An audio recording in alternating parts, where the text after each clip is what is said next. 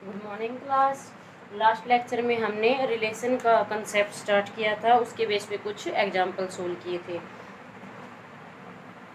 आज देखिए हम नेक्स्ट छोटा सा कंसेप्ट है डोमेन और रेंज ऑफ ए रिलेशन। छोटा सा कंसेप्ट है लेकिन इम्पोर्टेंट कंसेप्ट है।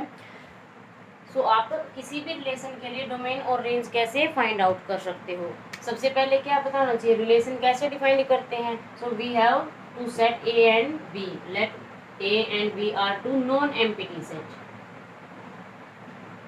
सबसे पहले क्या आपके पास टू नॉन एम्प्टी सेट है, इन दोनों के बीच में हम एक रिलेशन डिफाइन करते हैं। So relation will be the subset of A cross B. इस रिलेशन के हमने क्या फाइंड आउट करने हैं, डोमेन और रेंज फाइंड आउट करने हैं। सो डोमेन क्या रहेगी, the first component of order pair of relation. जो रिलेशन के अंदर क्या आएंगी, कलेक्शन किसकी आती है, सारी की सारी इनकी ऑर्डर पेयर रहेंगे ए और बी के। Let suppose A has element A B और B has element only C. तो यहाँ से अगर आप रिलेशन डिफाइन करो ए सी और बी सी, ये रिलेशन डिफाइन रहेगा। ओके, तो यहाँ से देखिए जो फर्स्ट ऑर्डर पेयर क्या मिल गया, ये कंप्लीट ऑर्डर पेयर मिल गया ना आपको, ए सी और बी सी। सो डोमेन क्या रहेंगी, the first component of the order pair of relation R. इसके फर्स्ट जो एलिमेंट है ए और बी, ये किस सेट के मेंबर है, ए के मेंबर है, तो ये क्या बन जाएगा आपका, ये डोमेन के एलिमेंट रहेंगे। रेंज क्या रहेगी, रेंज वो एलिमेंट रहेगा the second element of the order pair और या second component of the order pair which belongs to relation. इसके अंदर आपका थोड़ा सा चेंज रहेगा, सेकंड एलिमेंट होगा जिसका फर्स्ट एलिमेंट के साथ यानी कि ए सेट के साथ क्या रहेगा, रिलेशन डिफाइंड रहेगा। वो किसके मेंबर रहेंगे, रेंज के मेंबर रहेंगे। सो एग्जांपल से आपको अच्छे से क्लियर रहेगा। देखिए यहाँ पे आपके लिए एक एग्जांपल है, let's suppose A is set containing 1 2 3 7 and B is another set containing 2 4 6। तो यहाँ से आपके लिए आपको एक रिलेशन डायरेक्ट डिफाइन कर रखा है, क्या रहेगा 1 2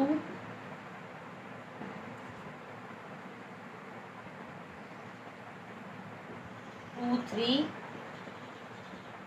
3 3 और 7 3। तो यहाँ से देखिए रिलेशन आप कैसे बता सकते हो। डोमेन रिलेशन आपने यहाँ पे रिलेशन दिया हुआ है किस सेट के बीच में, ए और बी दोनों सेट के बीच में रिलेशन डिफाइन कर दिया। आपको सिर्फ इसमें से क्या फाइंड आउट करने हैं, डोमेन और रेंज आपने फाइंड आउट करनी है। डोमेन मैंने अभी डेफिनेशन बताई है, the first component of order pair of relation R. जो रिलेशन आर के ये एलिमेंट आए हुए हैं, ऑर्डर पेयर आए हुए हैं, इनका जो फर्स्ट कंपोनेंट रहेगा ये किस सेट से बिलोंग कर रहा है, वो क्या रहेगा, डोमेन के मेंबर रहेंगे। ओके, तो यहाँ से देखिए फर्स्ट एलिमेंट में क्या क्या है, 1, यहाँ से क्या है 2 और यहाँ से क्या है 3 और यहाँ से क्या है 7। सो डोमेन के एलिमेंट क्या रहेंगे बच्चों, डोमेन भी आप एक सेट ही है। सो आप इसको किसके साथ रिप्रेजेंट करेंगे, सेट की ही रिप्रेजेंटेशन के साथ रिप्रेजेंट कर सकते हो। तो डोमेन क्या रहेगा 1 2 3 7, यही एलिमेंट है जिनका रिलेशन के डिफाइंड हो रहा है सेकंड सेट के कंपोनेंट के साथ। सेकंड सेट का मतलब है बी के कंपोनेंट के साथ। तो यहाँ से देखिए 1 2 3 7 पूरा क्या आ जाएगा आपका, ए आ जाएगा। सो आप इसको डायरेक्ट ऐसे बोल सकते हैं, जो गिवन रिलेशन है इसके लिए डोमेन कौन बनेगा, कंप्लीट ए सेट बनेगा। ओके, उसके बाद देखिए हमें क्या फाइंड आउट करना है, रेंज फाइंड आउट करनी है। रेंज क्या रहेगी, सेकंड कंपोनेंट है जो ऑर्डर पेयर के, वही एलिमेंट रहेंगे जिनका फर्स्ट कंपोनेंट के साथ रिलेशन डिफाइंड है। तो यहाँ से देखिए सेकंड में क्या है 2 3 3 3। सो रेंज में सिर्फ कौन से एलिमेंट आएंगे आपके, 2 3 रहेंगे। ओके, यहाँ पे देखिए बी सेट है 2 3 6 है, लेकिन जो रिलेशन डिफाइन कर रहे हैं आर के अंदर जो सेकंड कंपोनेंट रहेंगे वो क्या रहेंगे, सिर्फ रेंज के एलिमेंट रहेंगे। तो रेंज का क्या रहेगा आपके पास, सिर्फ 2 और 3। यहाँ पे 2 डिफाइन कर रहा है रिलेशन, यहाँ पे लास्ट के तीनों एलिमेंट का ओनली 3 के साथ रिलेशन डिफाइंड है। तो ये आपकी रेंज और डोमेन आप ऐसे निकाल सकते हो। यहाँ पे आपको रिलेशन डायरेक्ट डिफाइन किया गया है। अगर किसी क्वेश्चन में आपको रिलेशन डिफाइन नहीं किया है, रिप्रेजेंट नहीं किया है रोस्टर फॉर्म में, तो सबसे पहले आपको क्या बनाना पड़ेगा, उनका रिलेशन बनाना पड़ेगा। उसके बाद आप डोमेन और रेंज फाइंड आउट कर सकते हैं। नेक्स्ट छोटा सा कंसेप्ट है टाइप्स ऑफ रिलेशन। रिलेशन की कुछ टाइप्स रहेंगी। सबसे पहले क्या होती है, आइडेंटिटी रिलेशन। आइडेंटिटी अगर वर्ड आपको समझ में आया हुआ है तो रिलेशन भी आप समझ जाओगे, यानी कि खुद से ही खुद का जो रिलेशन रहेगा। नेक्स्ट क्या है, रिफ्लेक्सिव रिलेशन। उसके बाद क्या है, सिमेट्रिक रिलेशन।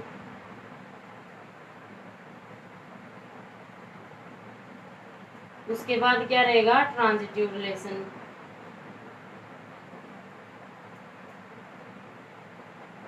ये आपके कुछ इंपॉर्टेंट टाइप्स है रिलेशन की। इनको छोड़ के एक दो और आपके पास है। यूनिवर्सल रिलेशन है, जैसे वॉइड रिलेशन है। सो यूनिवर्सल क्या रहेगा, जो सारे के सारे रिलेशन को डिफाइन करेगा। जैसे यूनिवर्सल सेट होता है आपका, वैसे ही यूनिवर्सल रिलेशन रहेगा। वॉइड का मतलब क्या है, खाली, यानी कि किसी का किसी के साथ कोई रिलेशन ही ना डिफाइंड हो, तो डायरेक्ट क्या होगा, वॉइड, यानी कि आर इज इक्वल टू पूरा रिलेशन क्या आ जाएगा आपका फाई। सो ये क्या हो जाएगा आपका वॉइड रिलेशन रहेगा। यूनिवर्सल का आपको बताई दिया है क्या रहेगा इसके अंदर, अगर आप रिप्रेजेंट करते हो तो R is equal to A cross A, ये कौन सा रिलेशन डिफाइंड हो जाएगा, यूनिवर्सल रिलेशन डिफाइंड होगा। अब देखिए आइडेंटिटी रिलेशन का मतलब क्या रहेगा, अगर ए कोई आपका सेट का एलिमेंट है, सो ए अगर आपका आर रिलेशन के अंदर चला जाए, ए आपका किसी अनदर सेट का एलिमेंट है, सपोज ए का एलिमेंट है और बी का एलिमेंट है, A belongs to A and A belongs to B, तो यहाँ से आप आइडेंटिटी को कैसे बोलोगे, जो ए है यानी कि खुद का खुद के साथ रिलेशन डिफाइन कर रहा है, वही सिर्फ क्या होगा, आइडेंटिटी रिलेशन रहेगा। रिफ्लेक्सिव के अंदर भी क्या है, अगर ए से बिलोंग कर रहा है और ए बी से भी बिलोंग कर रहा है, देन ए बिलोंग करेगा रिलेशन से। लेकिन इन दोनों में चेंज क्या रहेगा, डेफिनेशन आपको सेम लगेगी, लेकिन चेंज क्या रहेगा, आइडेंटिटी रिलेशन कभी रिफ्लेक्सिव रिलेशन नहीं हो सकता, लेकिन रिफ्लेक्सिव रिलेशन हमेशा क्या होगा, आपका आइडेंटिटी रिलेशन बन सकता है। ओके, इसका मतलब क्या रहेगा, जैसे आपके पास कोई रिलेशन डिफाइंड है, अगर खुद का खुद के साथ रिलेशन डिफाइंड है, हमें सिर्फ ये चेक करना है कोई एलिमेंट का दूसरों के साथ। फॉर एग्जांपल यहाँ पे बी का मेंबर है, अगर ए का बी के साथ रिलेशन डिफाइंड है, डजेंट मैटर, हमें सिर्फ ये चेक करना है ए का और बी का, जितने भी ए सेट के एलिमेंट हैं उनका रिलेशन बी सेट के एलिमेंट के साथ डिफाइंड होना चाहिए। ओके, खुद के साथ और बी सेट के एलिमेंट के साथ डिफाइंड होगा, तो वहां से आप सिर्फ इटसेल्फ वाला खुद वाला ही क्या करोगे, रिफ्लेक्सिव बोलोगे। सिमेट्रिक में क्या करेगा, अगर if A B belongs to A and B है, ए और बी अनदर सेट के एलिमेंट है, then from here we can say that, और ए बी किसके अंदर बिलोंग कर रहा है, A B belongs to R relation, then क्या रहेगा, जो बी है वो भी किसके अंदर होना चाहिए, आपका रिलेशन के अंदर ही होना चाहिए। तो ये क्या डिफाइन कर देगा, सिमेट्रिक डिफाइन कर देगा, यानी कि आप बी ए को चेंज कर दोगे, दोनों उसी रिलेशन के अंदर होने चाहिए, तभी आपका सिमेट्रिक रिलेशन बनेगा। ट्रांजिटिव में क्या रहेगा, let A B C are three element of set A and B, A और बी के हमने तीन एलिमेंट ले लिए हैं, और such that if A B belongs to है आर से, यानी कि ए बी रिलेशन का मेंबर है और बी सी भी रिलेशन आर का मेंबर है, देन आप क्या कहोगे, जो ए सी रहेगा वो भी क्या रहेगा, रिलेशन का ही मेंबर होगा, तब आप उस ऐसे रिलेशन को आप क्या कह सकते हो, ट्रांजिटिव रिलेशन कह सकते हो, जिसके अंदर इन दो चीज़ों के साथ साथ डायरेक्ट ये चीज़ भी मिले, तब आप क्या कहोगे, given relation is transitive relation. Okay student, so ये क्या है, कुछ रिलेशंस की टाइप्स हैं। नेक्स्ट आपकी कंडीशन, नेक्स्ट आपका एक छोटा सा टॉपिक रहेगा, नंबर ऑफ रिलेशन। ये जो हम बार बार रिलेशन डिफाइन कर रहे हैं, हम किसी सेट के लिए कितने रिलेशन डिफाइन कर सकते हैं, ये हमें कैसे पता चलेगा। सो इसका डायरेक्ट आपके पास फॉर्मूला रहेगा, नंबर ऑफ रिलेशन आप कैसे बता सकते हो, 2 m इंटू एन, और m और n क्या रहेंगे आपके, 2 number of element in set. R क्या डिफाइंड होता है, R is subset of two set, Cartesian product of two set A cross B. तो यहाँ से जो एम है वो क्या है, इस ए की कार्डिनलिटी रहेगी, और एन है वो आपके बी सेट की कार्डिनलिटी रहेगी। कार्डिनलिटी मीन्स आपका जो नंबर ऑफ एलिमेंट है दोनों सेट के अंदर वो कितने हैं, ए के अंदर एम है, बी के अंदर एन रहेंगे। So number of element in A into number of element in B,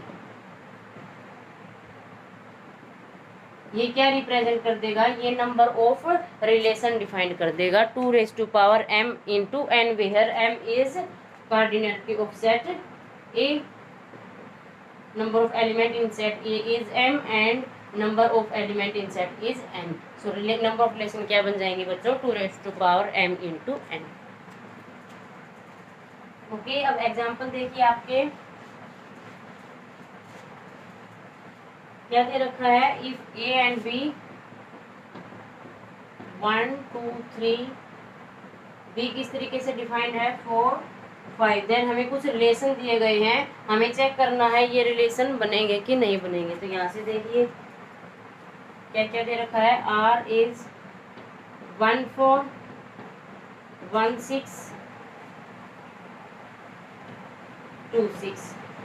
सो इसको हमने क्या चेक करना है, ये रिलेशन बने है कि नहीं, कहाँ से कहाँ तक, ए से बी तक। सबसे पहले डेफिनेशन लगाओ रिलेशन की, क्या होता है, R is subset of Cartesian product of two given set. एक और बी की कार्टेशियन प्रोडक्ट का क्या रहेगा, सेट रहेगा। सो सबसे पहले यहाँ से क्या निकाल के देखोगे, ए क्रॉस बी, यानी कि Cartesian product of A set and B set क्या रहेगी। ए क्या है आपके पास 1 2 3 और बी क्या है आपके पास 4 5।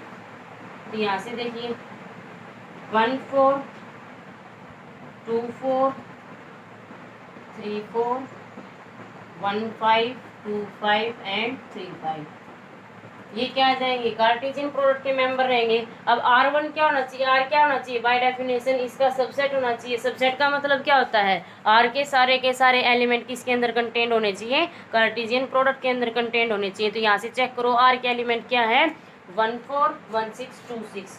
1 4 ना इसके अंदर 2 6 है, ना इसके अंदर 1 6 है। तो यहाँ से क्या कह दोगे 1 4 belongs to A cross B, but जो आपका 1 6 है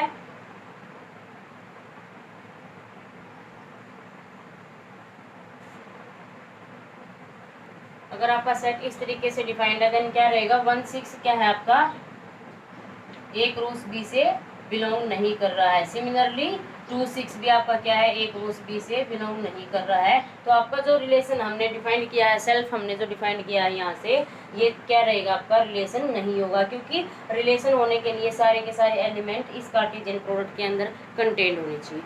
ओके स्टूडेंट,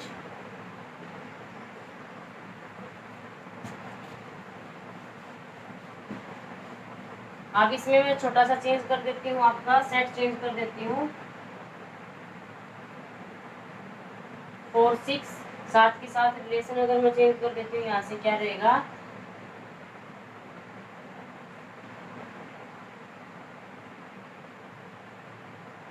1 4 1 6।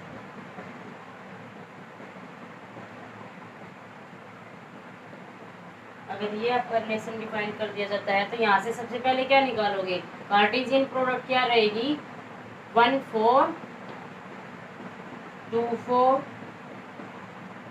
3 4 1 6 2 6 3 6। ओके, सो अब यहाँ से हमें बाय डेफिनेशन क्या चेक करना है, is R is subset of A cross B. हमें सिर्फ ये इतना सा चेक करना है, आर को ए क्रॉस बी का सबसेट चेक करना है। सो सबसेट की डेफिनेशन क्या होगी, आर के सारे एलिमेंट इस कार्टेशियन प्रोडक्ट के मेंबर होने चाहिए। तो यहाँ से देखिए 1 4 इसका मेंबर भी है 1 4, कार्टेशियन प्रोडक्ट का मेंबर भी है 1 6, आर का भी मेंबर है 1 6, कार्टेशियन प्रोडक्ट का भी मेंबर है 2 4, आर का भी मेंबर है 2 4, आपकी ए क्रॉस बी का भी मेंबर है 3 6, आर का भी मेंबर है, और 3 6 यहाँ से देखिए आपकी ए क्रॉस बी का भी मेंबर है। सो सारे के सारे एलिमेंट हैं जो आर के किसके अंदर कंटेंट हो रहे हैं, ए क्रॉस बी के अंदर हो रहे हैं। इसका मतलब ये क्या रहेगा, ट्रू रहेगा। सो आर क्या है आपका एक रिलेशन डिफाइंड होगा, ये क्या बन जाएगा आपका रिलेशन रहेगा, किस सेट से किस सेट तक, ए से बी तक का आपका रिलेशन होगा। ओके स्टूडेंट, सो ये आपका छोटा सा कंसेप्ट है रिलेशन का। इसके कुछ क्वेश्चन ट्राई कीजिएगा, नेक्स्ट हम अगले लेक्चर में सोल्व करेंगे। Thank you.